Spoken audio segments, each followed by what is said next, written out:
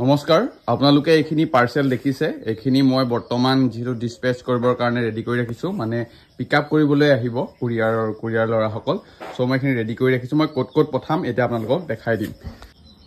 সাপুলি আছে খাসিপুলি আছে আৰু যাব চেন্নাই তামিলনাডুলৈ যাব নেক্সট আছে এইটো যাব তিনসুকিয়া ডিস্ট্ৰিক্টলৈ যাব আৰু ইয়াত আছে আমৰ পুলি আৰু এইটো আছে ইয়াতো আছে আপোনালোকৰ আমৰ পুলি এইটো যাব তিনসুকিয়া ডিস্ট্ৰিক্টলৈ